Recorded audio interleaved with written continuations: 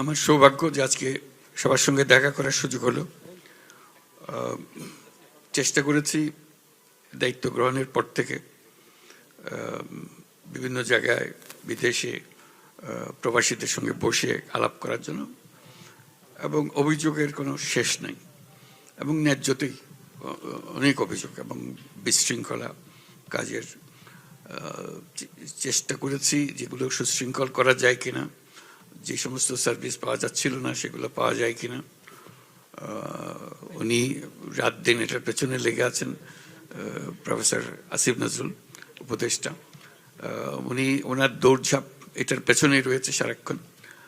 আমরা প্রথম দেখলাম যে অনেকগুলো পাসপোর্ট রিনিউ হওয়ার জন্য দেশে বসে আছে বছরের পর বছর, মাসের পর মাস। এটাও বুঝলাম না বসে থাকবে কেন। তখন আমি চাইলাম সব এম্বাসি থেকে তালিকা আনার জন্য কতগুলো পাসপোর্ট কী কারণে বসে আছে।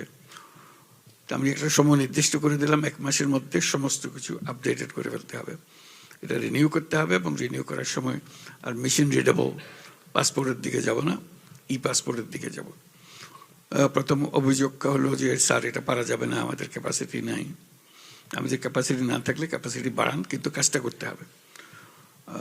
তো তারাও খুব আমার জোর জার দেখে তারাও খুব সিরিয়াসলি নিল। দেখলাম যে মাসখানিকের মধ্যে সব পরিষ্কার করলো, প্রত্যেকটা এম্বাসিতে এটা হলো। আমাদের এটা কিভাবে করলেন বলে, রাত দিন তারা পরিশ্রম করছে এবং তাদেরকে ধন্যবাদ জানাই যে দিন হয়নি, এখন রাত দিন পরিশ্রম করে অল্প সময় করে দিয়েছে। চাইলে যে করা যায় এটার প্রথম প্রমাণ পেলাম যে এটা এমন কোনো অসাধ্য কিছু ছিল না। অনেক রকম ব্যাখ্যা দেখছিল আগে, ওই ব্যাখ্যাগুলো উত্তরণ করে তারা নিজেরা এটা সমাধান করে এটা বের হয়ে গেছে। পরবর্তীতে চেষ্টা করছি যাতে এটা ব্যাকলগ না হয়। এখন এবার শুনছি যে ব্যাকলগ হতে আরম্ভ করেছে, এটার কোনো সুরাহা পাইতেছি না। প্রথম চেষ্টা করলাম পাসপোর্ট ইত্যাদি করার মধ্যে বিলম্বের কারণটা কি। বোঝালো যে এটা সরকারের নিয়মে এগুলো হয়।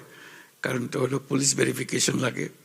তো আমার প্রথম কাজ হয়তো মনে আছে আপনাদের, পুলিশ ভেরিফিকেশন বন্ধ করে দিলাম। পুলিশ ভেরিফিকেশন পাসপোর্ট করতে হলে পুলিশ ভেরিফিকেশন লাগবে না। প্রথম বললো যে না এটা পারা যাবে না ইত্যাদি ইত্যাদি। তা আমি বললাম যে একবার করে ফেলি, তারপর দেখি কি অসুবিধা কি হচ্ছে। আমার ব্যাখ্যাটা ছিল এই যে বাংলাদেশে আমি জন্মগ্রহণ করেছি, আমি বাংলাদেশি নাগরিক, আমার পরিচিতি দেওয়ার দায়িত্ব সরকারের। পাসপোর্ট আমার পরিচিতি, কাজে এখানে আমি যদি অপরাধ করে থাকি তাহলে পুলিশ আমাকে ধরবে, পাসপোর্ট আমাকে ধরতে পারবে না। পাসপোর্টের কাজ হলো যে আমার পরিচিতিপত্রটা তাকে দিতে